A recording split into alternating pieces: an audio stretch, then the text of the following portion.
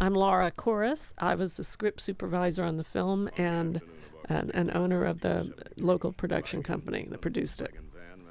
I'm Richard Corus. I was the director of photography and camera operator on the film, and co-owner of the production company Texas Pacific, that was the local production company on the film.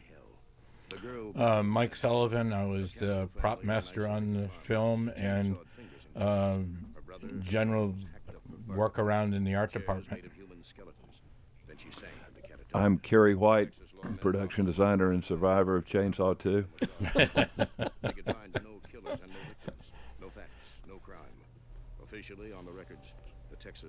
So did you guys know Toby at the time of Chainsaw 1? No, I was at UT as a, equipment TA, and I checked out a camera to them under the table that they used, but because Nicolau and all those guys were Danny Pearl and everybody Danny else. Pearl, they were all part of that. Yeah. Well, he came back to us when Chainsaw 2 came up and said that he wanted to shoot it in Austin on purpose because he, had a great affection for the film community. And so that's why he brought the film back to Austin and talked to us. He had originally talked to me about DPing Chainsaw 1, but I wasn't available. So that's the reason. It's Toby was the reason it came back to Austin. So it's Jim Saito who's no longer with us, right? The lead guy on the Chainsaw. The guy that played Grandpa, right? Oh yeah. Right. I don't know. I heard that he had passed away. Yeah. And Kit Carson's no longer with us. Yep. Yeah, I know Kit had passed away too. I guess we don't want to consume the whole interview reminiscing about people who are no longer with Well, us. of course, Dennis also. Yeah. So. Right. And Ken Everett's gone. The guy who played Grandpa. Right. Well, also, I'm not thinking of his name, but the fellow that played the DJ in the film. Lou Perryman. Yeah. We were talking about Lou earlier. Yeah. Yeah, and axe murder. Yeah, he was murdered. Yeah, I know. Murdered in a by very a bizarre psychopath. way. Yeah. Carrie, you were talking about how ironic that is. Yeah, it's man, horribly ironic. Yeah, it's life imitates art. I mean, for him to visualize being murdered in such a way in a movie, and then to have it happen in real life is so bizarre. There ought to be another film made like The Big Short about Canon Films and all their financial chicanery. Oh, were there any? I didn't notice any. Yeah, I didn't notice any money either.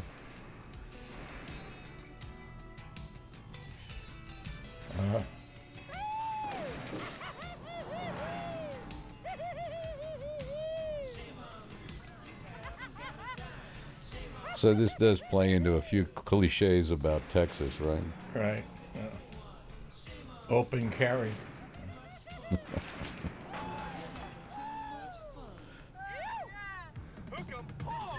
Well, these were all leading to the main big set. Right. All the signs. So. Right. Red River Rock and Roll request line. This is Stretch. That's for Glenn. Could you tell the girls at Nancy High just to leave him alone? Got it, and I believe it. Glenn is off limits now. This is Stretch on an open. So this is down there, Bastrop, right? Isn't that where we're shooting this? I think so, because we were using the bridge. Yeah. In Bath, the old bridge. But when the radio station was in the old Austin American Statesman. Well, no, actually, Yeah, it was in Yeah, the. it was. in The interior The was. interior was. We built the exterior. Yeah, the exterior was just facade Right. with a stairway. We could never get out to Elgin, so we just built the exterior and called it New Elgin. And from all the senior boys at Wheeler High to all the senior girls who are so stuck up. And look at that car phone. Yes, right. Well, hey, they were lucky, because I don't think any of us had phones on this, did we? No, we didn't. There was one bag phone in the producer's car. Yeah, that figures. Real funny guys. Okay, you want to hang up now? Tying up the line. Hey, come on. No way, We baby. got a lot more in front. Hey, check it out, dude. Let's play a little chicken with the farmer here. Come on, baby. Come on. Come on. Come on, man.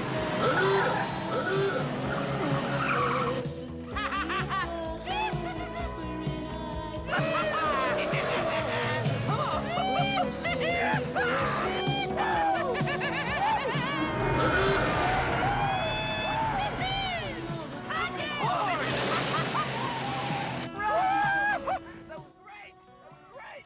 You got that, babe? I lied. You better stick with us, baby. Yeah, later. So do you remember who the stunt drivers were on this? I don't.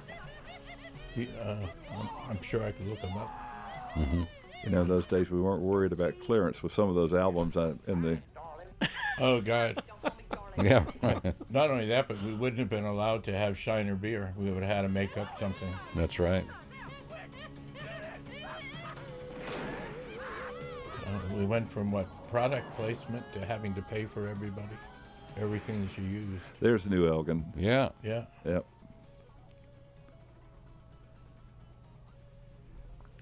Which was right across the street from the Statesman. Downtown Austin. Yeah. Yeah. Yep.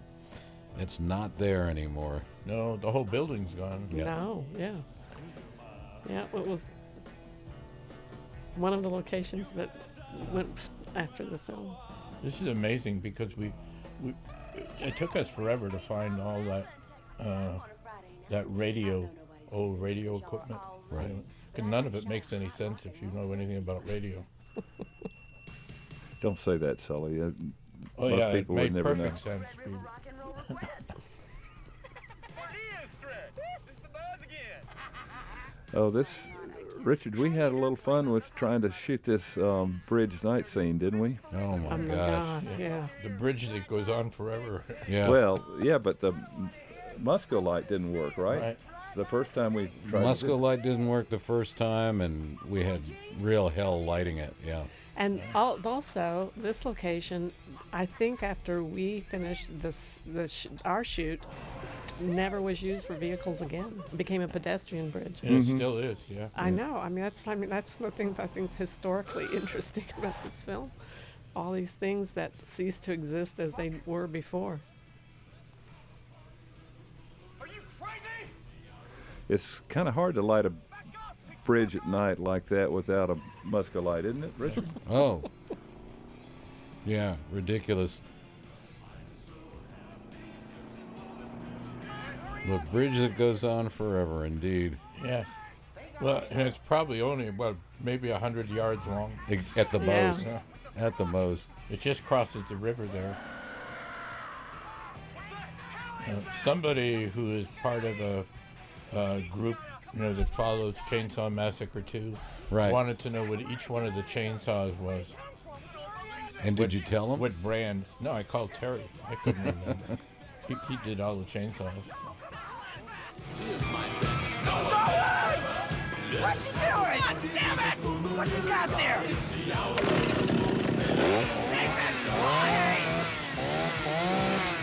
What? Come on, what is that? I don't believe it! Come back! Oh God! Oh God! Oh God! Yeah, come on, get out of here!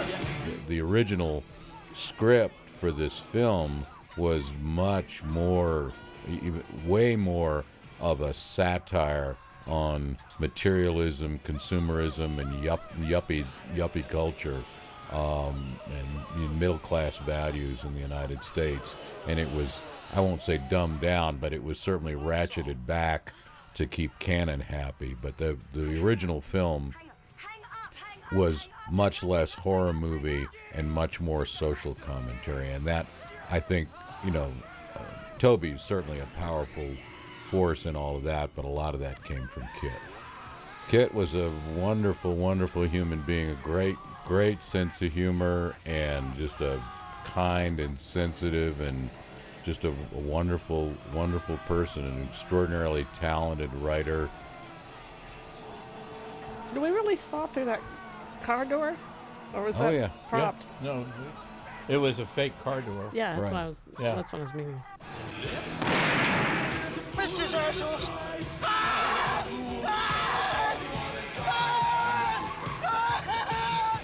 There's some Tom Savini work. Yeah. Right. An extra head with a squeeze.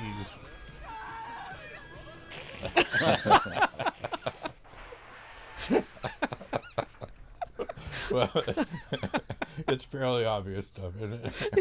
It is. I think that effect would have been done differently today.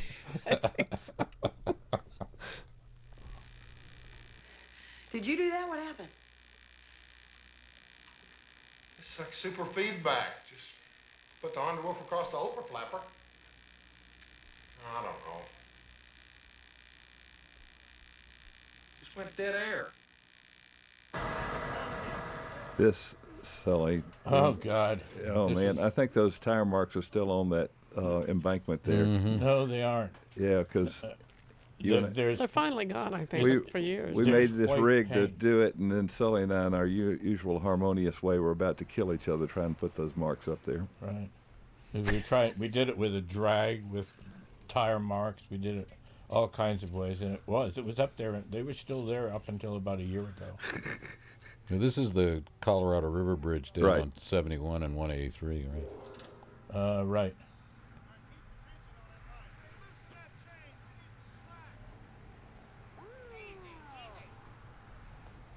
I'm sure we told the city that we would get that stuff off there, and of course, you know, it's like I said, still there. It was so amazing how many people going to work literally, rubbernecked, and we created a traffic jam. I mean, we had to get them to move on.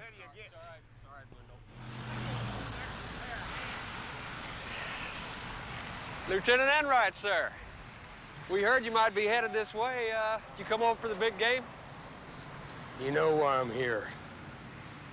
Yes, there's something about chainsaw killers, your brother's kids killed. But that was 14 years ago, sir, way down in South Texas. Now, these are other kids. This is just an accident.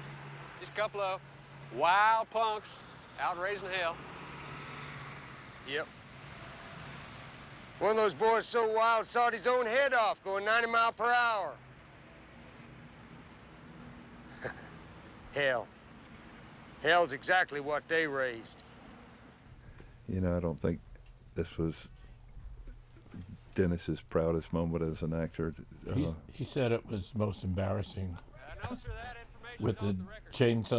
chainsaws, In the holsters. the holsters, and Always a pretty hairy weekend yeah. in Dallas. He Whole lot of folks come to town he signed a picture of that to me, and it says most embarrassing moment of my life, Dennis. You know what right means. You were a ranger.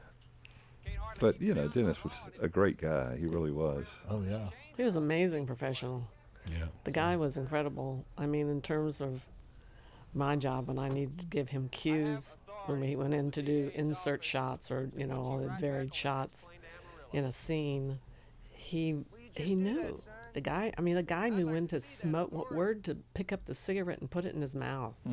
Which one to exhale on. It was pretty for a script supervisor when you had to pay attention to that stuff way back then. He was just blew my mind. He was pretty impressive. Was there even video assist there? No. I didn't think so. Put it in the press. Get it in the Polaroids for the front and the end of a Polaroid. shot. For the front and the end of a shot, yeah. Yeah. You know, he was such a good friend to the art department. He would brag on us all the time, and then he came back to Austin and hired us to do Hotspot. Hotspot, So yeah. he was a great friend to us. Brazos. Brazos. Remember the Alamo, cowboy? And this was another set inside of the Austin American. And State. there's Toby There's Toby. in his Hitchcockian appearance. And there's, what's his name, tall guy? Lou. No. Lou? Mercedes. I think I was talking to those kids. He was a wrangler on a whole bunch of the westerns that we did. No, but I heard it. You can listen. It's here on tape. Come on.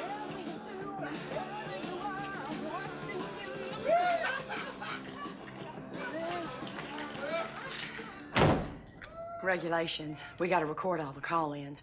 End of the night, we wiped the tapes, but I kept this one just 'cause it just got to me. We got I didn't know exactly professionals what I'd working heard, but I on read this your now, story, so and I you think can what you're just looking not for is fool on this with tape. it.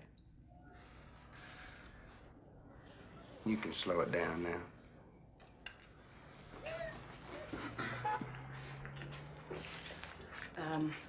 You're just a joke in this morning's paper. Cowboy chases chainsaws 14 years. Dallas police refuse comment like you're, hung up on something crazy. But I believe you. I might be the only believer you got, because it's right here. What is? Right on here, those kids getting killed. Now, this is evidence, sort of, right? Yeah, it's time for you to go home. No, wait a minute. Look. I came here because I thought I could help you. I DJ this dumb show on K.O. Club in Burke Burnett, but people listen to me all across North Texas. Now I can put you on the radio, get people to believe you, get you some help. You're gonna get in my way. Don't you get in my way. No, I am already right in the middle of this. This is my chance to stop playing headbanging music. I was so grateful for this hotel room because, everyone got sick on the show from working in the old building. And I had, doctor came out and diagnosed me with walking pneumonia, and I would come up here and stretch out on the bed in the hotel and try to keep going. Wasn't there, like, during part of the construction, because it was basically abandoned, and you had we all had total access to it? Didn't, like, some of the air conditioning vents break open and have water and stuff released? No, what happened? We were doing the radio station, and there was this big pipe there. Hey, there's your French fry log cabin. Man, yeah. What a disaster. This was the first day of the shoot, and it was almost my last day on the film. Because we didn't get the French fries the night before, and that morning we couldn't find anybody that had French fries. So we started with frozen French fries. I was probably shaking like somebody with Parkinson's disease by the time that we actually had enough French fries to build a darn cabin. And then we had piles and piles of French fries left over. LG.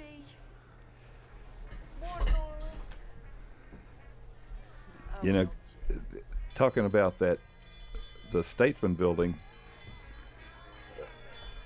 somebody was actually diagnosed with Legionnaire's disease from that place. Really? I wouldn't be surprised at all. And we had to shut down because Toby got so sick. It was a bad location. Well, we didn't actually shut down. We kept shooting. I think one day we had to shut down because Toby couldn't work. But Toby couldn't work for more than a day, but Kit directed. Really? Yeah. Okay. Yeah. All right. Austin? He's Dallas's favorite caterer. I think he's kind of cute. The last Roundup Rolling Grill chef, Drayton Sawyer!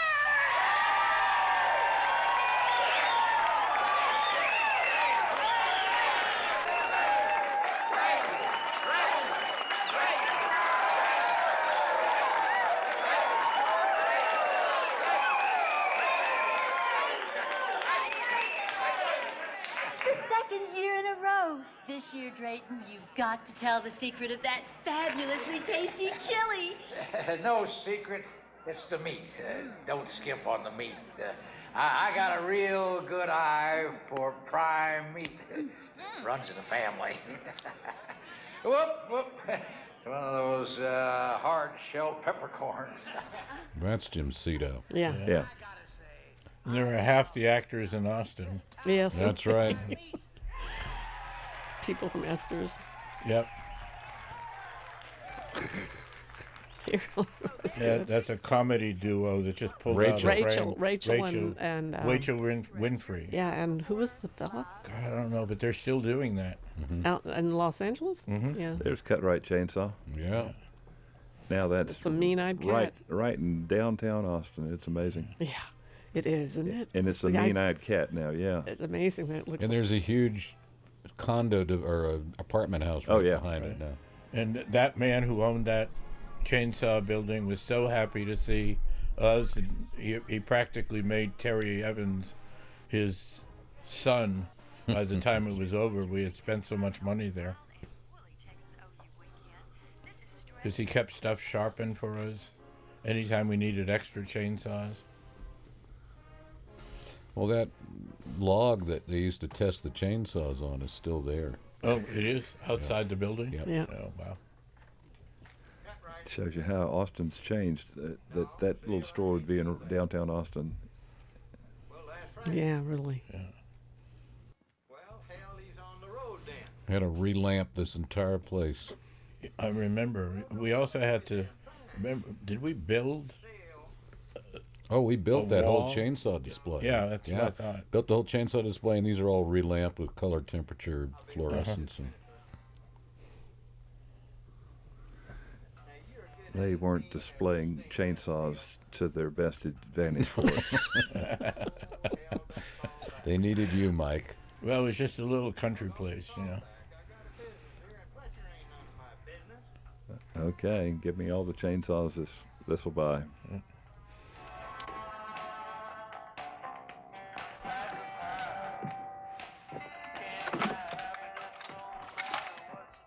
What can I do you for?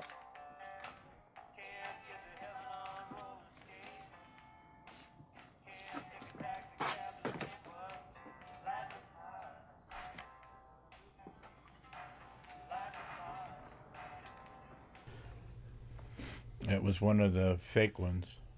Yeah. Yeah, that's another one. They're Lightweight all enough. Yeah, All all of empty. these were Sirkin made molds for all of these chainsaws.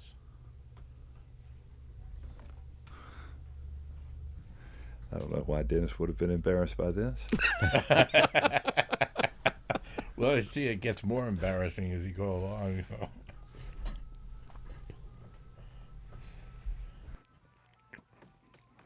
The first Texas Chainsaw Massacre was actually the finish to the edit was done in our editing room of this little bitty film production company here in Austin after it had been sold to Bryanston, and they had to finish the film in order to deliver it on time. And so there's some pretty great stories about that whole time as well. But Toby really sustained a breakthrough with that film, and it was just such an extraordinarily low budget film that was just sort of powered by his genius and his talent, and taking a completely different direction on how horror films had been made, that it just broke completely new ground. This film was sort of an evolution. This was made a number of years later, and after after Toby had been working through his 3-picture deal with Canon. So this film came about in a completely different way, with a very talented screenwriter in Kit Carson, and a collaboration between he and Toby. So it's cut from a completely different cloth. I think the first film, Texas Chainsaw Massacre 1, was made for $235,000, and this film had a production budget of about $5 million. So there's a vast difference between the approaches to the two films. They're apples and oranges with Chainsaw 1 and Chainsaw 2. It seems like that film was a classic horror film, and there wasn't the sort of black humor in that there is in this one. This is more of a parody horror film, seems to me. Right. Yeah, I would agree. I think there's more depth to it as you look at it. I mean, if you regard it, if you look at it for film history, in terms of the way it was written and what is really going on in it, it's totally different. And then the first film I had not seen before we shot this film. I didn't approach it in any way, in any regard, other than we were making a sequel, and it was an entirely different kind of film. Yeah, I actually didn't have much of any connection with the first one, but I knew almost all the actors. because Ed either worked with me through the Actors Clearinghouse, but I kept hearing things after we shot this film that this was the artsy Yeah, the artsy Chainsaw version. Massacre movie, and I was thinking like, well, I don't know. See, since I was working in the art department, I don't know if that's a compliment or a complaint. And I always took it as a compliment. You know, Robert Burns, who I've worked with, was the art director, production designer on the first one, and he made bone chairs and that sort of thing. But it was such a low budget production that we kind of raised the bar on bone chairs. Yeah. Yes. Well, yeah. that first film, I mean, this film was a death march in its own way, just because the hours were so long and it was just so hard. But the first film was a death march too. Yeah. I mean, they had, if we think we didn't have any resources on this film, they had nothing on that film. I mean, it was chewing gum and baling wire to the nth degree, and they pulled it off. They were also, they shot that film in 16 on a film called Eastman Color Commercial, ECO, which was a 25 ASA film, which is just crazy when you think about how much night and dark stuff is in that film. It was, but you're right, it was a straight ahead horror film, and Toby was just trying to, do something that was completely original. He absolutely pulled it off. The film was a phenomenon.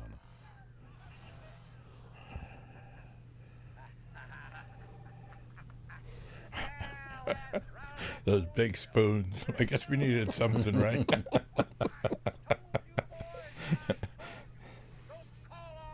See, I think this may be a poor man process shot. Yeah, I'm it is. sure it is. Well, the first one wasn't. The first one we were actually moving, but I think this is poor man's process. I think we were just parked and moving the vehicle around. We did some of those inside the van too. Yep. With just Leatherface and his saw. Yep. Yeah, Bill was such a great choice for Leatherface because they were looking for somebody who had really good eyes. And he was,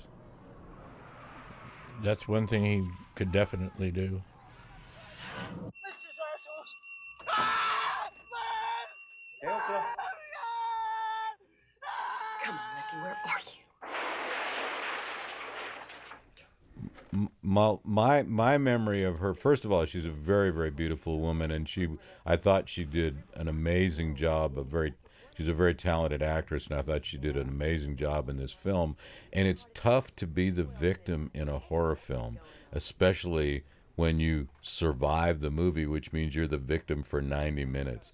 I mean, she took so much abuse, physical abuse and just emotional abuse in making this film. I mean, it's relentless. I mean, remember, this was 2.5 months of production.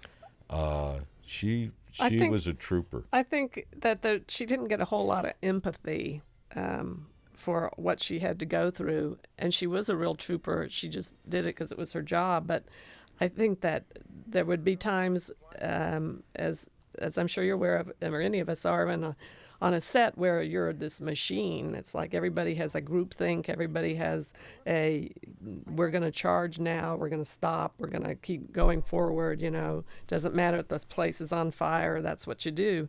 And there were times when she was just totally exhausted and needed a break, or needed to go sit in the makeup room or hang with the very few women that were on the set anyway, and just kind of break away. And that really wasn't there. She was a tool for Toby to make his film. It's almost mindful a little bit of the old Hitchcock thing, about actors are nothing but furniture. He wasn't rude and terribly mean to her. I just think that he was a little, he was not necessarily empathetic sometimes when she was just kind of at her wit's end, and she has screamed and emoted as much as you could scream and emote, That's what I kind of remember. But I love what she did in that scene where she and Bill Johnson or Bill is, let's say, the sex scene. What? The sex scene. The sex scene in the storeroom. I thought she did a great job in that. Hello? Hello? Hello, Lefty?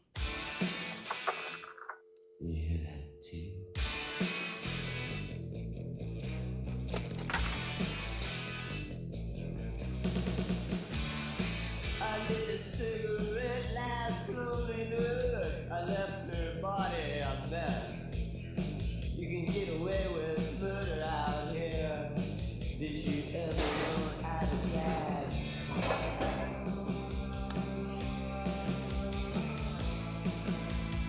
LG?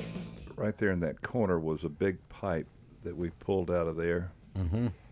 And it was actually, everything is supposed to be dead in the building, but that was a live water main that for the sprinkler system.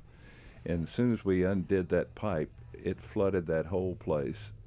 That's right. I drove up, and it looked like Niagara Falls coming off the second floor of that. Well, remember, they also had all the water and wastewater cut off for the building, but the toilets were still there. And when people got lazy and they didn't want to go outside to the porta-johns, they just used the toilets in the building. Not sure if the women did. Well, we hadn't dressed this set, though, when that happened, had we? No, we were, you know, it was construction was in there. Right. Putting up walls and... It was Joe Self's first day on the job, and he said, what can I do? I said, go pull that pipe out. But I gotta tell you, I think the set just looks so great. It's really fun. It's a wonderful It's fun set. to see it, you know. You guys did an amazing job. And the way that we lit it, Toby and Kit both said that it was very reminiscent of the Hammer films from England. Ooh, yeah, that's a nice compliment. It is a nice compliment.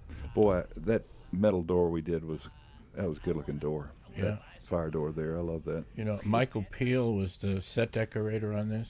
Yeah. And he got some great stuff. And then, you know, this was an all hands on board kind of art department.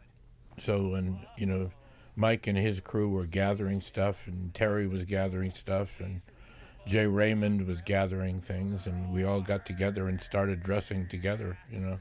Can't close that. Hi, I know what you're thinking. This is weird, huh? But I can handle it. You know?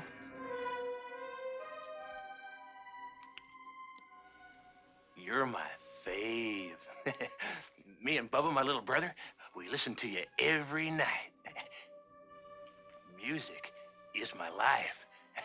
Toby loved how he would just kind of rant, how he could just go off and just do these amazing riffs, you know, with his character and with his. It was pretty amazing to do. I remember having, it was kind of a nightmare for me as the script supervisor, because he didn't necessarily. Well, he rarely did the exact same thing in each take, but besides that, you know, the recording, my making notes on what he did with his hands and where and action like that. So when they had to go in for the two shots or close-ups or whatever, cutaways, there could be something that the editors could match. Was difficult, but it was always, it was amazing to watch him, and he made Toby so very happy. Toby and Kit, they just got, I mean, sometimes I think Toby just wanted to find a way to have him have another little moment, because his riffs were so so contagious, so funny. My memory of him is just that he was a complete professional, and he could just get into character just effortlessly, and he was always at the top of his game. I mean, he was really just a pleasure to work with, and he had also a very demanding role in the film. But he was a great person, and I mean, his character obviously is miles and miles away from the real human being. He's a really decent and honorable person to be around. But I really admired his professionalism in the performance he gave. Good night. Good night.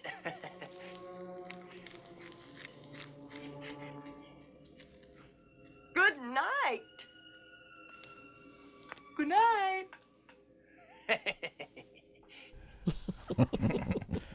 Was this scripted or was this made up? No, he just went for Yeah, it. I I mean, that's it what I was there thought. was some basic. Yeah.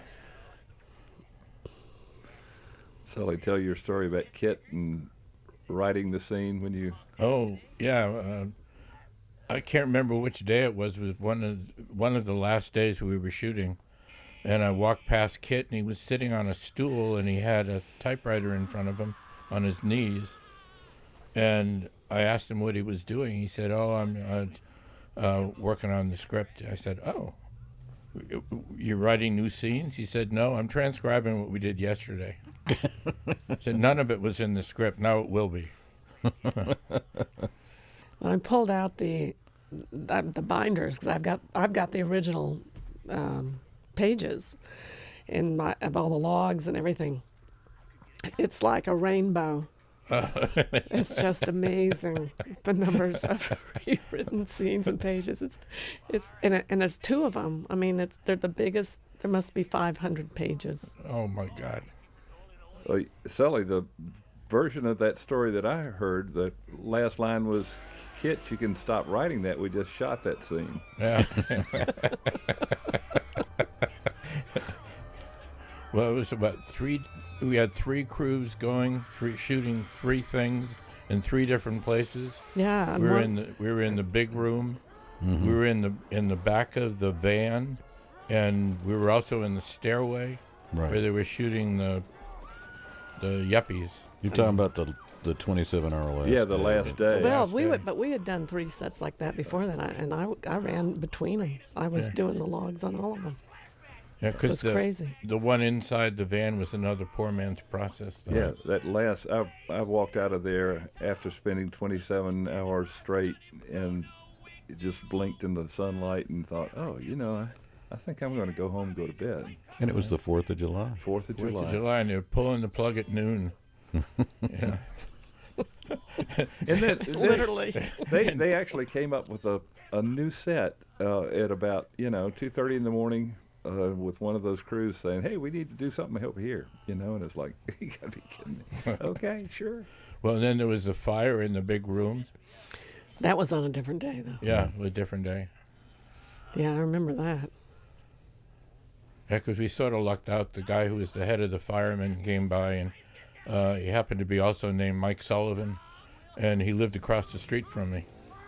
So he wasn't going to turn us in. I thought, every once in a while you luck out.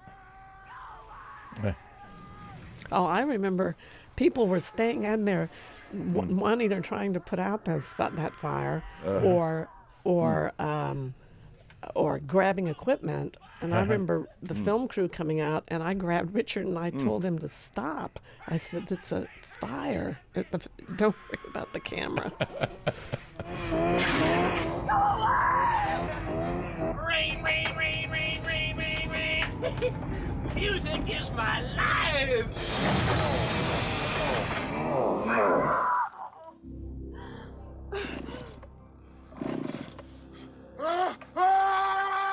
Toby is a really brilliant, complete filmmaker. He came up in a way where he knows all of the crafts. He's a great shooter. He's a talented photographer. He understands editorial, understands sound. He's really a polymath when it comes to all the cinema arts.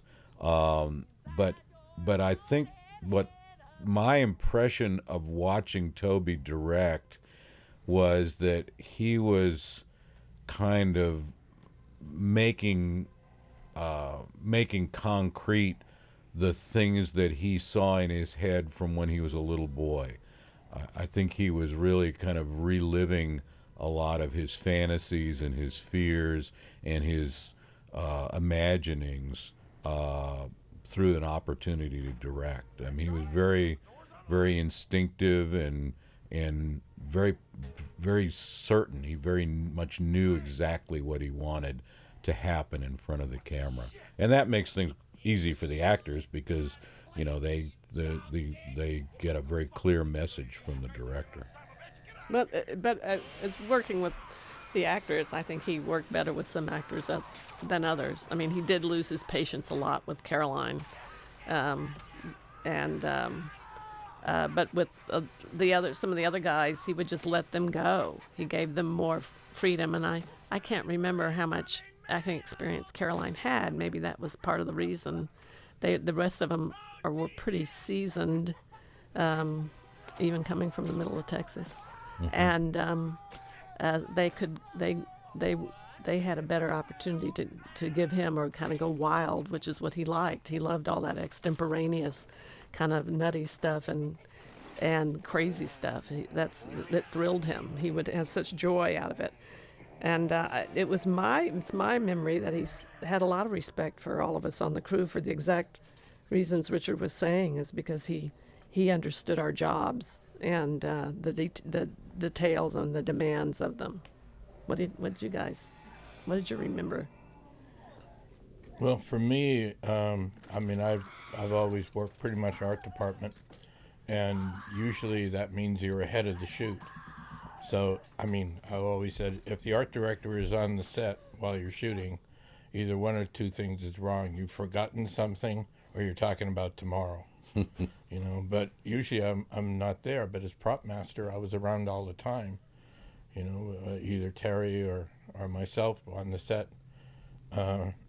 And it was really amazing to watch Toby put together things, especially stuff like cutaways, where everybody thought we were finished shooting, but he was calling for people to come back, get in position so that he'd have something to cut away so he could edit the scene later on. But, that was the first time that I really saw somebody crafting the film as he was shooting it. Yeah. He came up as an editor. He's a brilliant editor. All the commercial stuff and the short films that he did, I think, owe as much to his editorial abilities as anything else. Was Eggshells one of his? Yes. Eggshells, yeah. That was the first thing of his I ever saw. I think it was his first kind of bigger. I think they did film. it in a house just across from Dirty's Hamburgers, didn't they? Probably. One of those frat houses. Yeah. Now, are there any sexual overtones to this scene? The subtle symbolism here is. You think? Yeah, it's so deftly done. You're not really mad at me.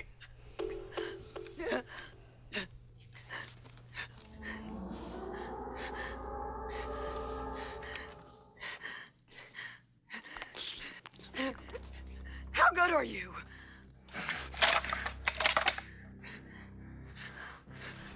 Well, we had a fair amount of prep time on it. I don't think that was too rushed. And the shooting schedule was 9.5 weeks, so that was fairly lavish for a film of that budget. Although they made the most of it by working extremely long hours every week. The really compressed part of the schedule was the editorial. They had an editing room set up at one of the sets of the American Statesman building, and Toby would leave the set after we would wrap a particular setup and we would be prepping for the next setup. He would leave the setup, go to the editing room and edit until we were ready for him to come back for run-throughs and the next scene, because they were under such a schedule. I think they had 4 weeks from the time we wrapped principal photography to have a release print in Japan, which is crazy. I mean, just a stupid commitment, but that was Canon had made a sale and they wanted to cash the check, so that was the hand that Toby was dealt, and he was not happy about it because, as I said, he was primarily, I mean, his great love was to craft the film and edit in the editing room, and you can't do that and do the sound mix and everything else in 4 weeks. It's just impossible. Did he re-edit after? I don't think they gave him a chance to re-edit, and there are some incredible scenes that are left out of this film. Yeah, I was wondering about there was a scene in a stairway where yuppies were being killed. Yeah. Joe Bob Briggs. Yeah, the movie critic. Right? Yeah, the movie critic out of Dallas. Right. Was one of the victims. Yeah. I mean, that didn't even make it That in was the film. Didn't make it in the film? Yeah, that was the set we did on the 27-hour night. Yes, that, right. Right. That they said we need a set for Joe Bob Briggs, and I was like, come on. Yeah. Well, that scene in the hotel room with Carolyn and Dennis Hopper, there's a whole dream sequence that we shot in there of the camera circling around Dennis Hopper as he relives what happened to his family 14 years before. It's just an amazing scene, and it didn't ever make it into the final film. Had they planned on using the original material, do you think? Or from the first Chainsaw? Mhm. No, they never planned to do that. But this was him sort of reminiscing about it. It's probably some of the best acting that he did in the film. I do remember that now. And it wound up on the cutting room floor. But part of that was because they didn't have enough time, and part of it was because Cannon kept saying, we don't want that. That's not horror. We want more blood, more. Well, they more were, horror." those guys. The two producers. Globus and Globus, yeah. But we don't Globus and Golan. We don't want to Okay. get sued, though, dear. I don't think they're around anymore. I think we could get plenty of people to agree with the statement. Probably could. But, a lot of the stuff that came into town, even after this, was really low budget. Oh, yeah. I mean, for all practical purposes, later on when we got to do Lonesome Dove, I mean, that was a low budget project. Nobody thinks of it that way. Well, most of the work that came into Austin after this was Movie of the Week stuff. Right. There was a whole big chunk of time when there was a lot of $2.4 million Movie of the Weeks coming through. Right. And DOA was after this. Mm-hmm. Yep. What else? And the Coens? Nadine. And the Coens. Coen brother film. First Coen brother. Yeah. film. Yeah. Which one was that? Oh gosh, what was it called? It was so, something of it had Blood blood. Simple? Blood Simple. Blood Simple. Yeah. Mhm.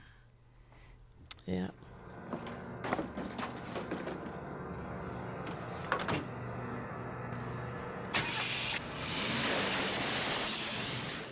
I wonder why Toby couldn't get a rating on this film. Oh, he didn't have any rating at all? No, that's right. No, that never. They It was wouldn't. unrated. Well, it was back then. They thought. Guess they. It was because of cannibalism. They thought cannibalism was so taboo. I think that's why. As I recall, that was the whole reasoning behind it. And remember, they had a release date, and they had, 4 weeks to edit the thing? Well, it was the first release was in Japan, and they had 4 weeks to complete it before it had to be my released goodness. in Japan. And they got supposedly they got enough of an advance from Japan to pay the entire budget. Yeah, they got more than the budget. They got $21 million from Japan. Well, it wasn't a very big budget to No, start I with. know. So. Cannon was already in the black before we just shot everything.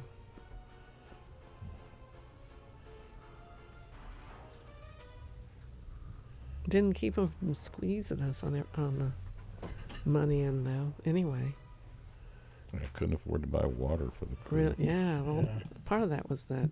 It was Hank. That UPM they sent in. Hank.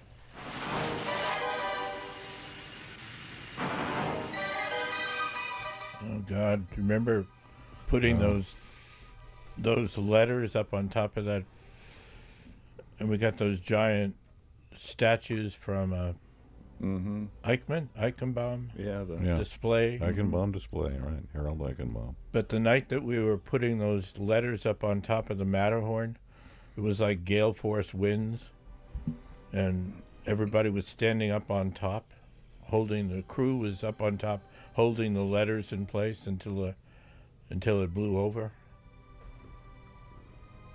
Weren't you? You were up on top yourself, weren't you, Carrie? Oh, heck yeah. This is such a bizarre place. Do you remember, Was Richard, when we were in the office talking about this thing in pre-production? I said, man, we got to go out to the Matterhorn to shoot that thing. And everybody said, no, man, that's too far. We can never do that. Well, we ended up doing it. What was it, 48 miles or something like that? That we were having to drive twice a day. Killer. And everybody was exhausted. after 14-hour days. Yeah. No, it's one of those deals that, was not a safe thing to be doing.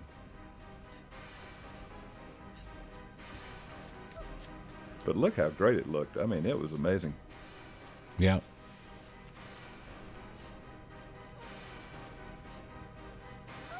And it's not there anymore. Not a thing. Not Nope. a thing. Now the big tornado wiped it all out. That was a cursed location. Well, there was a little pond there. I walked out on that pier one time, and there was a stringer tied to the pier. I pulled it up. Some teamster had a whole stringer full of fish he caught in that pond. Well, they didn't have any. No, I thought, man, the teamsters, they got it pretty good. And building this hole. And Yeah. Then the tunnel was on the soundstage, wasn't it? Someplace. Oh.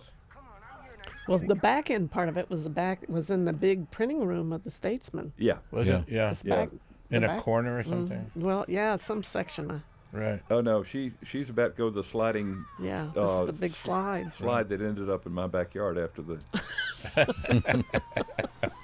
I had the two little boys, and they liked that circular slide. Erosion control netting. Mm-hmm. Great stuff. And it burns well too. Yes, it does. And that was the birdie in the big room, wasn't it? Yeah, exactly. Mhm. Do you remember the first day we got in there and the electric crew was going up into the rafters to rig all the wiring? Oh, yeah. And they came down and they were black from head to foot because Right. of 50 years of printer's ink that had been up on the beams. I think that they just covered everybody. They did it deliberately, I'm sure, because it was hot up there and they just had shorts on, but Right. they came down and their whole bodies looked like Nubians. You Yeah, know, they were shiny and black. Uh-huh. Yeah.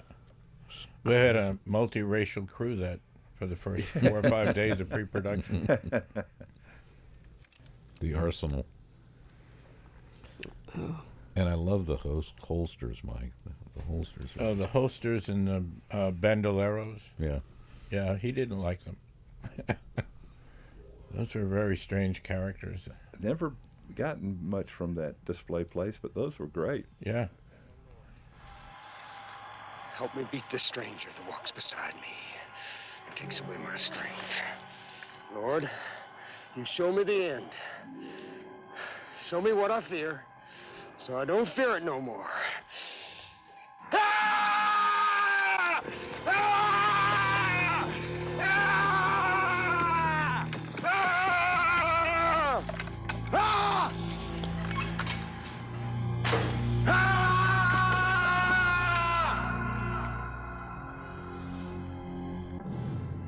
The Bowie knife. Gosh, this is just a great set. Yeah, it Well, is. I remember we borrowed the cobweb machine from the drama department at the university. Right. And then we also used for the bone room, which is coming up, we used their vacuform machine to make the bone panels. Well, we had to do this thing over and over and over to get it right. Yeah. What was the problem? I don't remember. I don't remember. I'm sure it's noted somehow. Maybe it didn't come out in a stream. Maybe it came out too fast.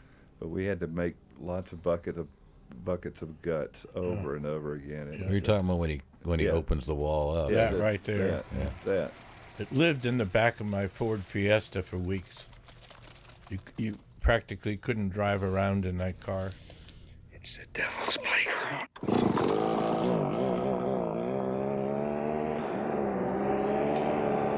I'm bringing it down! Down, down!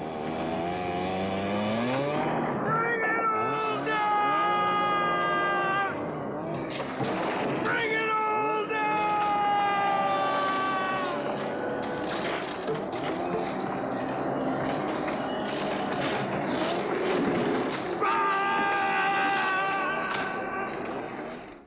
You know, Richard, you wanted to use all those Christmas tree string lights. Mm-hmm. And I remember after the show was over, I was throwing a huge armful of those in a dumpster. And then like a month or two later, you know, I was standing at the Christmas store buying Christmas tree string lights and thought, you know, We could have set up a store. yeah. Well, I remember we just went out and collected lamps from antique stores Mhm. and junk Oh, shops oh, yeah. all over Central Texas. No, we just got whatever lighting instrument we could find. Well, and we also couldn't afford the money to pay for things like furniture for the big room and these diorama things in the tunnels. And those $5, we had a bunch of artists from the university art department and friends of theirs who work for $5 an hour, building things like the meat that you see hanging, right, and a lot of stuff. We went to Goodwill, and we picked up all the broken furniture out of the dumpsters, and they said, "Why do you want this?" And then we took whatever was missing.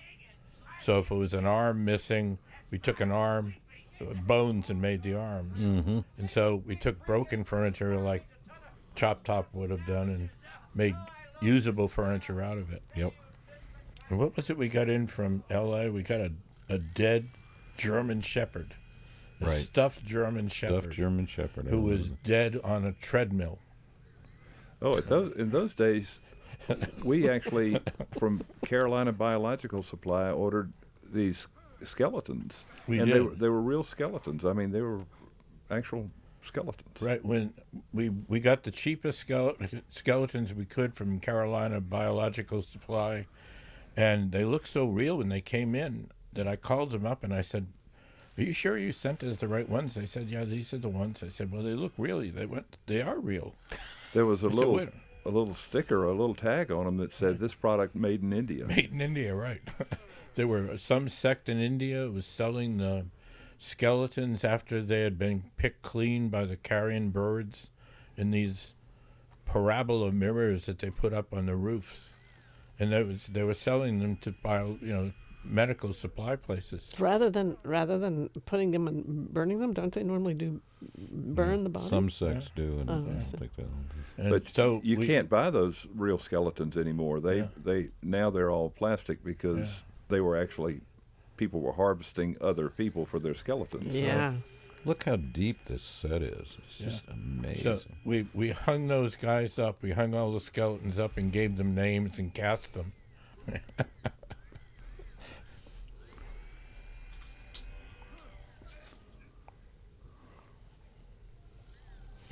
Do you remember how hot it was shooting in this space? Yes. Oh, yes. God. No air conditioning. May, it was probably in the 90s, high 90s or 100 outside. Well, May, June, July. Yeah, May and June.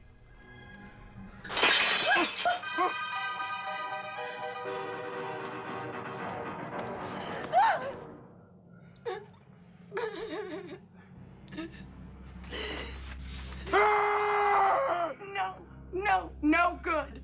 No good. No good. I've known Bill since he was 16 years old.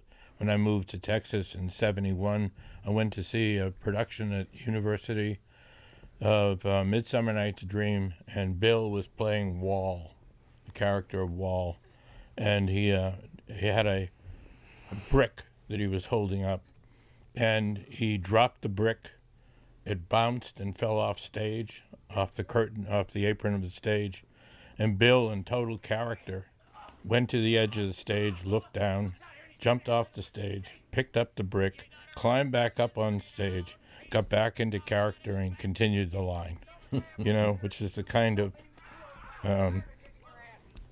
self-confidence, that he had, even as a 16-year-old apprentice. He had that presence and ability to deal with whatever came down the pike. Yeah. So I always thought this was going to be a perfect thing for him to do. Yeah, and you can, he is very expressive in spite of all the stuff that's layered on his face. I think he does a brilliant job. But when you mentioned that, I remember Bob Elmore and working with him on the film, and I think that Bob Elmore actually was inspired by Bill Johnson and was learned from him. I think through the film, Elmore became a more of an actor. I think he was put in that position to do all the physical stuff more as a stunt person, and I think by the end of the film he had understood more about what it was to take on the character in the way that he moved and the way that he behaved. Right, and the two of them would you would see them off to the side, and they would be working together, and because Bill was also a martial arts type person, soft form, Tai Chi in particular, and so he had that kind of fluidity of movement for a big man to start with, and I think the two of them worked together to mold a character that was not here's the actor, here's the stunt man. Right. That they really kind of melded. Yeah, it was pretty seamless. Yeah. In so many ways, this is really just a black comedy. It's amazing. Yeah, it is. Yeah. It is. I think Kit, that was his intention. And Toby, really. I mean, Toby would just cackle and glee over some of these scenes. Yeah, no, and it's... Well, the original script that they didn't really get to realize was a very biting satire on consumerism and materialism and yuppie culture and all. I mean, that was Cannon made him cut a lot of that social commentary out and make it much more just a straight ahead horror film. In the original script, they certainly didn't have any of this Texas Battleland stuff. It was all he just goes to a place in a truck and falls in a hole, and then there's one tunnel after you fall into another tunnel and another tunnel. Right. And this was all invented on the here instead of on the page, Right. That background of the skulls is that's Daniel Miller's. Well, and we used the university, their vacuform machine to. Well, a lot of those were fiberglass because there were some heavy ass panels that we made there with the skulls. Yeah, you kept one of those, didn't you? Yeah, I wish I still had it. It played a part in Halloween, festivities for years. I'll never forget when we broke on this scene and went to lunch. He was standing in the lunch line in this makeup, and Eli, our son, was there. He was 4 years old. My kids were there too, and they picked a great day.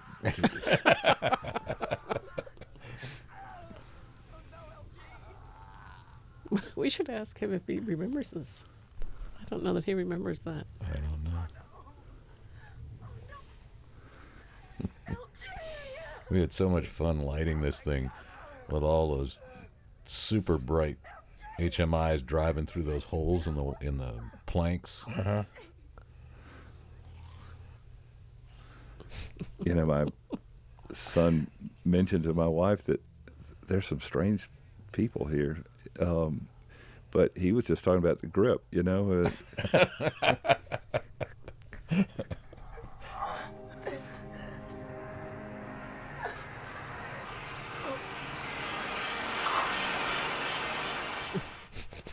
This is Psycho. This is all like the shower scene in Psycho. I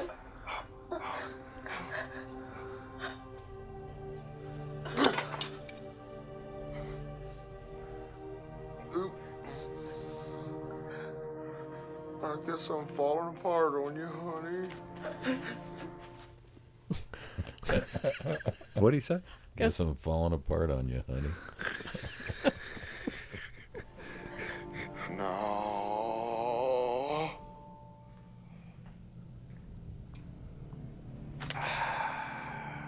Shit.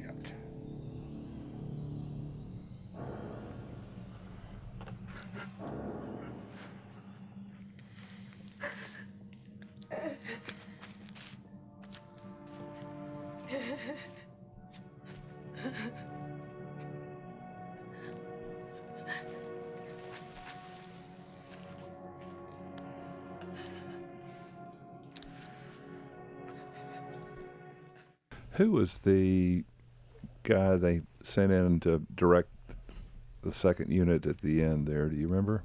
Newt? Newt. Yeah. One-eyed Newt. That's right. You know, He was actually a pretty good guy. he was, and He was a nice guy. and when he, looked at that Matterhorn thing, he said, "This is $1 million set here. This is, Mm-hmm. huge." I think he was blown away by all of us there, what we were doing and what we'd accomplished, And he was shocked by Hank. What Hank was so sadistic. I mean, it was almost, dealing with Hank was almost like being in the movie. But this is just an amazing set for what little money we had to spend on it. I mean, it's just baling wire and chewing gum. And just starting with that huge room, I mean, I know. Taking a look at that room empty and trying to figure out how we were going to fill it. What was it, like 175 feet long and 80 feet high or something like that? It was huge. 100 feet wide. Yeah. It was And we got gigantic. We got all these sonotubes and plastered them all to look like pipes, rusty pipes. And Greg Fawcett was the scenic on that. After that show, he changed his career and became a Teamster. He wanted no more of that. Well, there's one right there. Yep.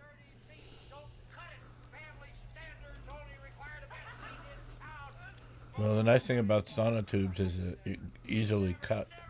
Yep. Oh, they're everywhere here. Yeah. Oh, and building all of these walkways and bridges to go from one area to another. And then making it all look like it was underground and making it all in dirt. Yeah. Having all those different levels was really great, too, wasn't it? Yeah. I mean, that's actually what made it, I mean, it built in depth. Yeah, it's a marvelous set.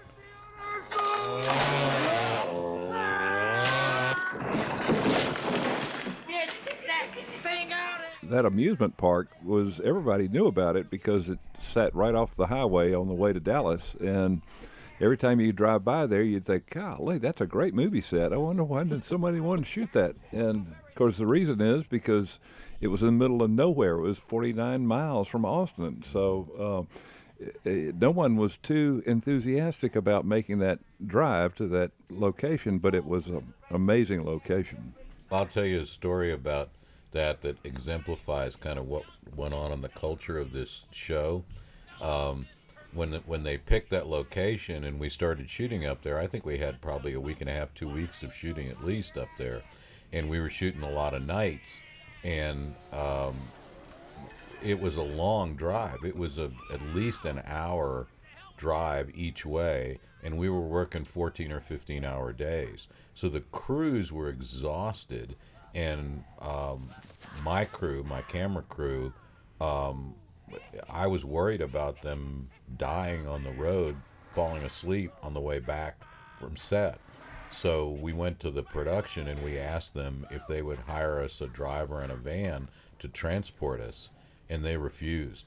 So we had to pay for our own van and driver. Laura and I paid for our own van and driver to drive us back and forth to set because we were terrified that someone was going to just fall asleep and You were talking about the whole film, the film crew, not just you and me. Right.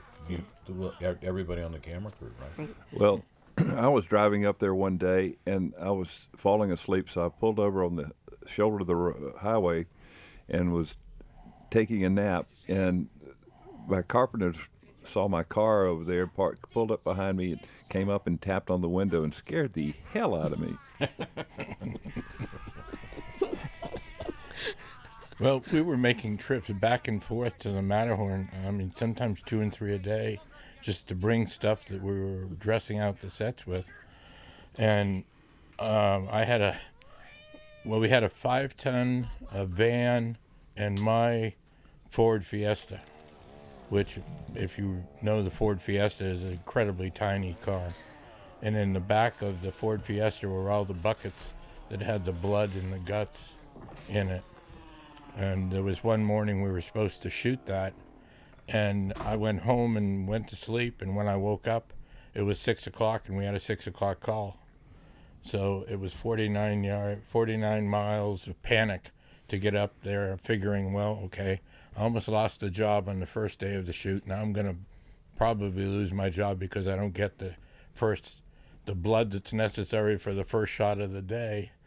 And then I got up there, and somebody was looking over me that day because the special effects crew wasn't ready, and it saved me from being the one who didn't have his stuff ready. I think nobody would have kicked you to the curb. Yeah. I don't think that was going to happen. Oh, I don't know. Toby was pretty angry on day one. Yeah, well. No French fries. No French fries. Boy, I tell you, after a while, though, you've never seen so many French fries pour into a place in your life. And one of the reasons we thought, that the night before, beginning of the shoot, we thought, well, the only thing we got left to do is this French fried log cabin. Oh, hell, we'll do it in the morning. We'll get it done in the morning. How hard can it be? The next morning, we didn't have French fries. We couldn't find anybody that had French fries. And we ended up with probably more French fries than a fast food joint would sell in a week. But Toby kept coming over and chomping on the cigar and looking at me and asking me when it was going to be ready, And in the meantime, my hands couldn't put the log cabin together because they were shaking so much.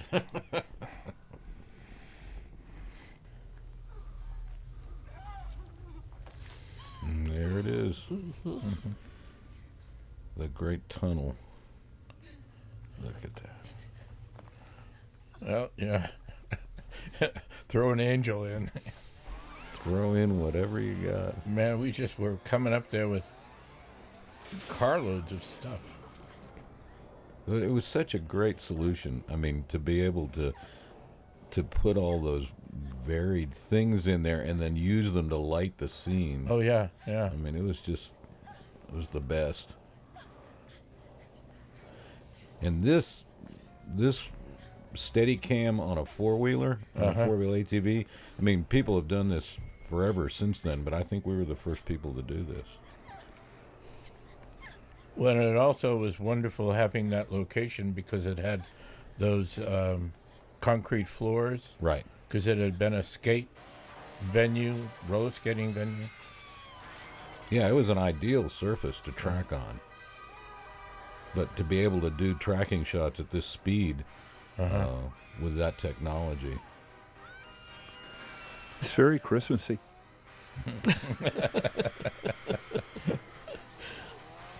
The only thing missing here is a Christmas tree. It was pretty close to a quarter of a mile of tunnel, wasn't it? Really? I think so. Yeah. We kept thinking it was enough and realized it wasn't. Yeah. Well, Toby was never satisfied with enough.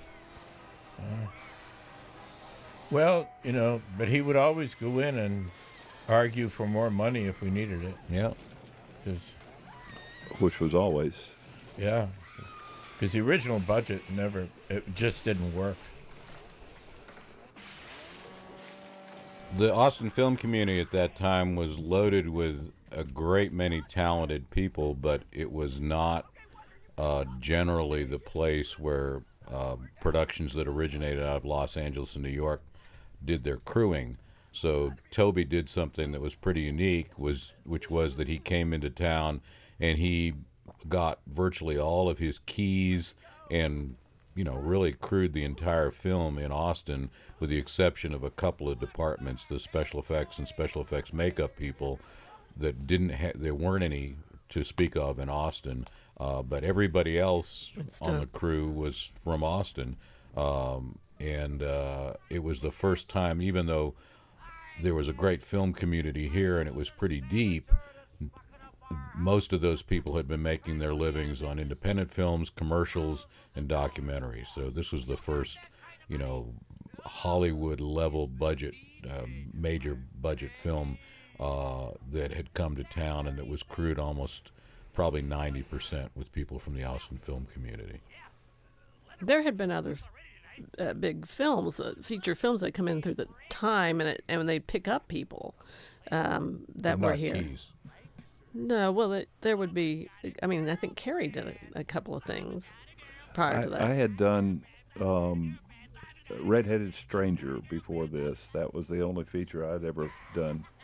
But to go along with what Richard's saying, the one thing I've always loved about Austin is it's such a creative place. I guess just because of the university and that sort of thing, but there have been so many creative people here, and I think this film's a reflection of that. Mm-hmm. And I think we sort of called on not just the film community, but also on other sources. University drama department helped out in providing some equipment and gear that we didn't actually own for doing stuff.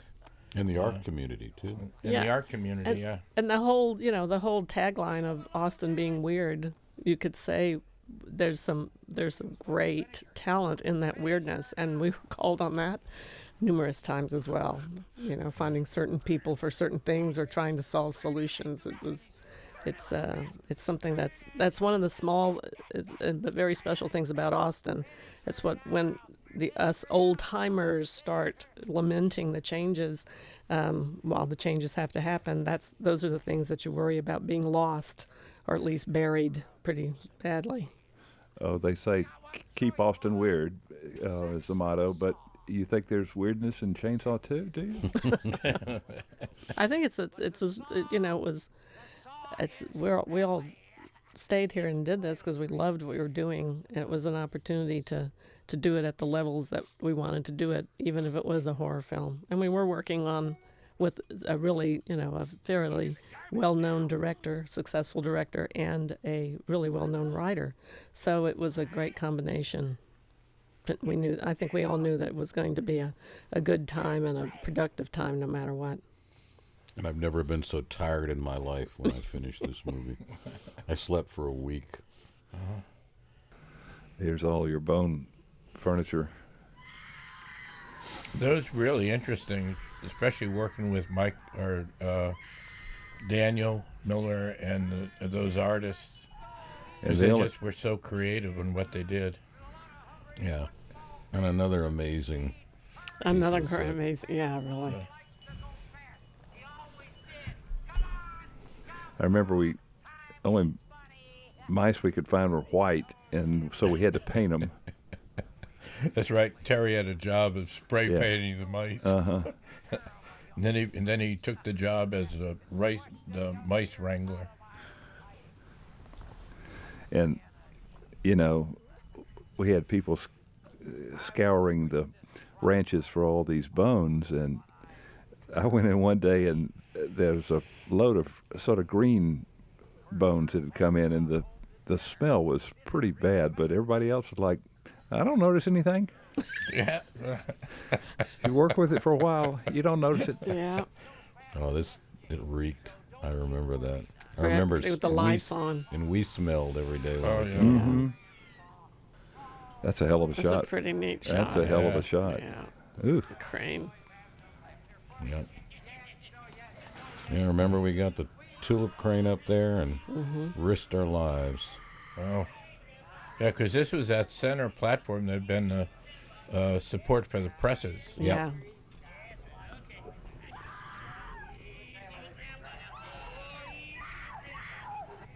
I still have that chair, the grandpa's chair. You do? Yeah, I use it as my reading chair. You're balling up his shit.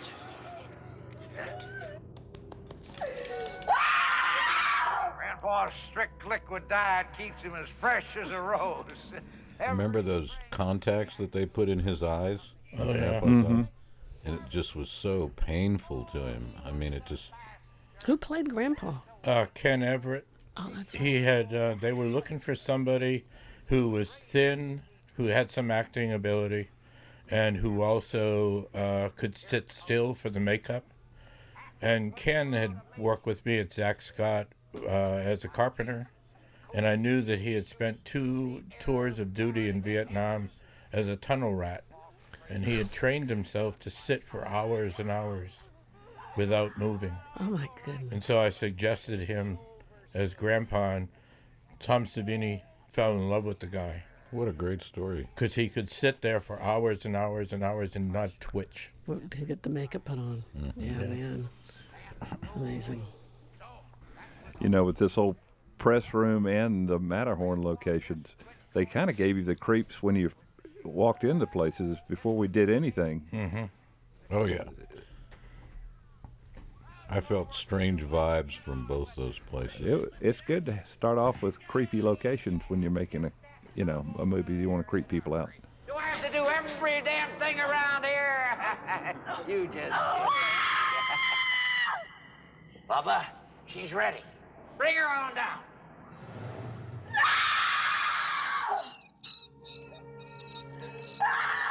Bring her on down. You know, I get, excuse me, I get emails from people wanting to know if I have any props and that sort of thing from it. And to me, it's pretty amazing that it still has this life after this long, and that we're still talking about it. But I do think it's sort of a monument to the synergy of filmmaking that Laura was talking about. At that time, everyone just, nowadays it's so rigid with everything, and you stay in your traditional roles, but then everyone just threw in there together to make this movie, and it was an amazing experience. It was the best of times. It was the worst of times. Well, I, as I mentioned before, I have the chair that's Grandpa's chair in the dining room scene, and I also have some other stuff. I made a Texas Chainsaw Massacre 2 jacket that we thought maybe people would want to buy. Nobody wanted to buy it, so I have the only one. And there's a guy who keeps emailing me, and he wants to buy everything that I have from Texas Chainsaw Massacre 2. And lately he's been sending me emails that say, just name your price. Go for it. And I'm thinking like, well, I'm going to stick around for another year or so. Would you have a Chainsaw Massacre jacket? Well, I have the crew jacket. The crew jacket, yeah. Well, maybe. I have a crew jacket, yeah. Well, I guess that. But they only gave it to department heads. I don't have a crew jacket. Oh. Well, you can wear mine, dear. That's all right. See, I don't need to wear it. If I had been art director instead of prop master, I never would have gotten that jacket. And I think if you look at it from the perspective of filmmakers, looking at it in terms of camera and the set design and the cutting of it, I think it's, and even if you don't particularly know the details of what the production costs were, even at $5 million, $5 or $6 million, I think it's pretty impressive and a little inventive with some of the solutions that we had to come up with production-wise on all those different departments, and I think that's something to be really proud of. You know, I think it's a good thing. I'm real glad to see it after these many years. I think part of the reason we perhaps don't remember I'm sure we were out at the premiere, and it must have been in Los Angeles, but I really don't remember. I think Toby or someone else might have a better memory of that. But I think the reason is because after that film was done, I mean, we just immediately all went back to our work. You know, that we had a production company that was still going strong and trying to sort of limp along during the making of the film. There were other people who kind of kept it going, and we had to jump right back into business, and life just kind of kept rolling along. Well, there was also a lot of controversy when the film was released. It wasn't rated. The MPAA refused to issue it a rating, and so that, I think, required a little bit of creative marketing on the part of Canon to turn that a lack of rating into a marketing advantage. But I think they managed to do it. From from what I recall, it was the second highest grossing film that Cannon released that year, second only to The Train. So from a commercial standpoint, it was reasonably successful. But yeah, like Laura said, we jumped immediately back into the soup right after we finished. Sowing seeds of kindness, sowing in the new tide. Waiting for the harvest and the time of reaping. We shall come rejoicing, bringing in the sheep.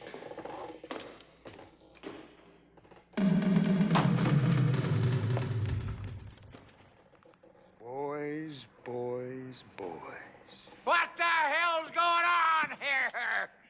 That the American way of entering a man's home singing like that? Oh, I get it. The old pressure game, huh? Boys, you never should have been doing this. Who sent you? Those sissies over at Del Mar Catering?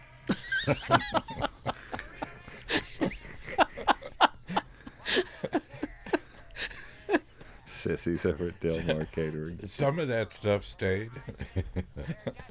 Is that a big catering firm in LA? I have no idea. I think it might be.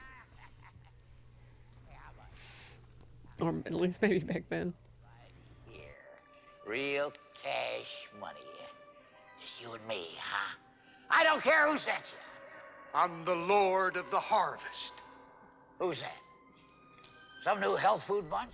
My memory of Dennis is that he was very controlled, because I think this was the first film he did after a kind of a rough patch personally in his life, and my impression of him, and I honestly didn't spend very much time socializing with him, but my impression of him was that he was very controlled and very professional, and even though he may have believed that the film was beneath his talents based on the totality of his career, you didn't ever see any of that in his performance. He was really committed to the character and committed to the role, and he was just doing what a pro does. He did his best, and answered the bell. Well, he was also asked to do a lot of rather silly stuff. I mean, the sword fight, the wearing those bandoleros, the holsters for the. I mean, he was working with a lot of gear, and I remember getting that stuff on him, and he was just so patient, and immediately. Some actors would just say, well, I'm not going to wear this. I'm just going to throw this prop away. I won't wear those. That's just stupid. He never, not a word. Nope. He put it on. Terry and Anita and I worked with him so it could be as comfortable as possible. And that kind of acceptance, was a big part of what I think Dennis was like as a person. Yeah. Yeah. Very professional.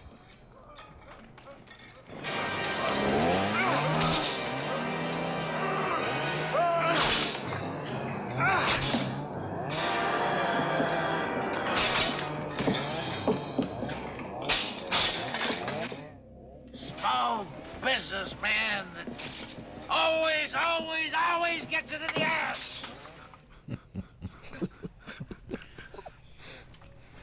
Sure took care of my hams. Is this a black comedy or what? There's more funny stuff in this than I thought there was. I can see why this movie is a big fan favorite. It's just got a little bit of everything. It's that suspension bridge. Yeah. Yeah. I hyperextended my knee coming down from that. You know, I didn't see the scene where they were shooting those sparks. You know, the effects guys were blowing those little sparks that set the whole place on fire. But that was pretty amazing. I remember the guy that was doing the sketch artist. He waited until Toby said cut before he said fire, and then the whole place filled with smoke. Yep. The Austin Fire Department came, and you know, the fire had burned itself out with that by then. But they were going to close us down anyway. As they walked around, there were all these charred bodies, and we were all like, "No, those are props. Don't worry about it." What's all this meat hanging up there? But remember too, when the fire came, that's when everybody ran out for fire extinguishers, because there were working fire extinguishers, but those guys had never kept them separated, so they kept grabbing the fake ones. Well, nobody could get them to work. Yeah, but you couldn't reach the fire anyway because the fire was up on the ceiling. 30 feet up. Yeah. Right. I remember going over to Capitol Saddlery and asking them to make the holsters. For the chainsaws? Yeah, and Buck thought I was kidding. Buck Steiner? Yeah. Kerflooey! The gods just kick him right in the balls. Not this time. I'm just amazed watching it now that we had so little money to work with. I mean, everybody had so little money. Right. Well, the production value. Amazing. Production value is just incredible for what we know the budget was and the circumstances were. And the times. I mean, the equipment was. I mean, there was some limitation even on equipment to do some of the things that you guys did. That was done with the sets and what was done for effects and what was done for shooting.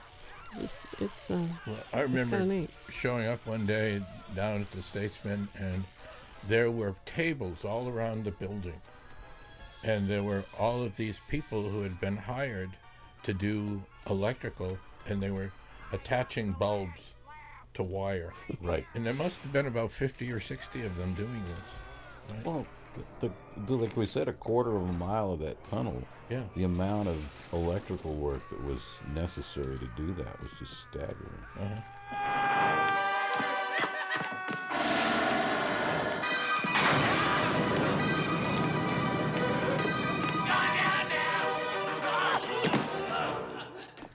Were we lucky to actually find this place like that? Look at that. Isn't that amazing? Yeah. And even the room upstairs. Yeah, I mean, the whole thing was just... I mean, all these locations, the tunnels down below and this, and the Statesman printing plant. Well, the thing that's pretty amazing about it is that I think Kit and Toby, then there was a collaboration going on where they basically were taking those things and, they were just creating some of this stuff. Right, as we were finding it. Right. That's why we had so many rewritten pages and scenes. Probably contributed to that, but it is. I mean, it was amazing. When you think about it, it was amazing spontaneity and creative boil going on for all of us. Yeah, really amazing. Yeah, no, they have to plan that. That doesn't just happen like that, Not the easiest place to shoot either. Really. And here's Daniel Miller's masterpiece, Grandma. Yeah. He just enjoyed the heck out of making this. This was the Arts Warehouse, which had been the storage room for the Austin American Statesman, and it had been half of it had become the Arts Warehouse, which was a lot of artists in different spaces, and Daniel was one of them. And also there was a guy, Neil Coleman, who had projects, and he kind of got all the people in the building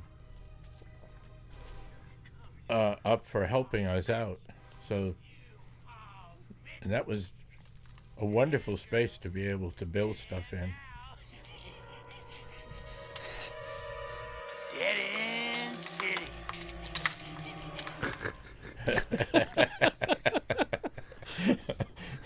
Yeah, there was a lot lot of strange stuff going on in that bone room.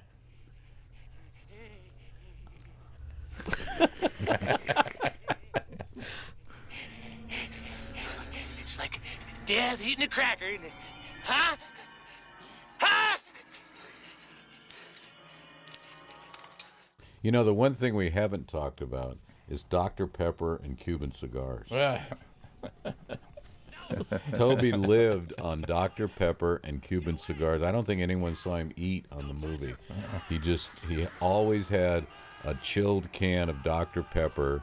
At a precise temperature. Yeah.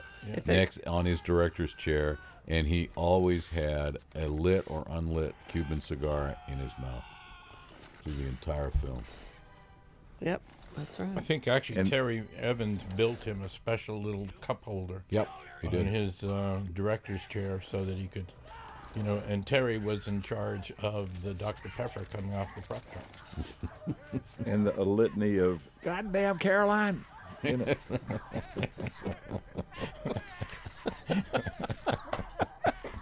Poor Caroline. Yep. I actually felt I was happy for her when she got hit in the head and didn't have to scream.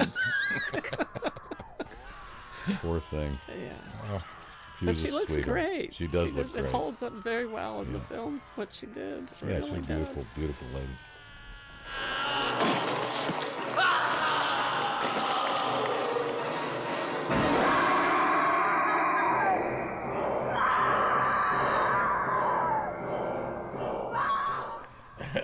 Where were you? Joe Self. I said, wouldn't it be great to have a Texas flag on top of that thing? A few minutes later, I look up there, and there's Joe planting that flag up there. Yeah. Well, and Joe would be the person to do it, wouldn't he? Yeah. Everybody pitched in. Yeah. Well, that was it. I mean, you couldn't do a film like this with the crew that we had now. No. Because nobody would cross lines. If you had a union crew, this was... No, it would never work now. The labor laws wouldn't let you do it now either. We were working 90-hour weeks for 9.5 weeks. And driving 49 miles up the locations. Yeah. Well, some of that one location, anyway. And that night you were talking about when the thunderstorms and the lightning and the tornado hit, we had a Musco light 100 feet in the air, and Hank wanted us to keep shooting because we were behind schedule. And there was lightning striking all over the place, and there was a tornado warning. Well, police, the DPS had come and told us, because they knew we were shooting there. Right. They came and told Hank that we had to quit. And I was out there at Kraft with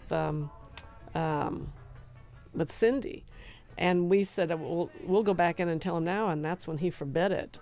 And Cindy and I looked at each other and said, I don't think so. And that's when we went back in and told you and Toby and Bill. Right. Not Bill, it was Bob, wasn't it? It was Bob that was AD. Bob Elkins. Yeah. Told them that what the police had said, and Toby shut it down. We all went home, but we didn't get hit by the tornado there. John Moyo, he was the stunt coordinator. Yeah, right. He's a character. Vince Baldino. Mm-hmm. Yeah. Yeah. Well, it was great to see it again. Don't you was. think? Yeah, I can understand why it's sort of they're still talking about it. We're still looking at it, It's amazing. It'll be around for a long time. Yep. Yeah. Well, it's nice to have every once in a while when you're telling people what did you work on, and you can actually bring up stuff that they know. Yep. Right. So. Yep. That they never told you about anymore.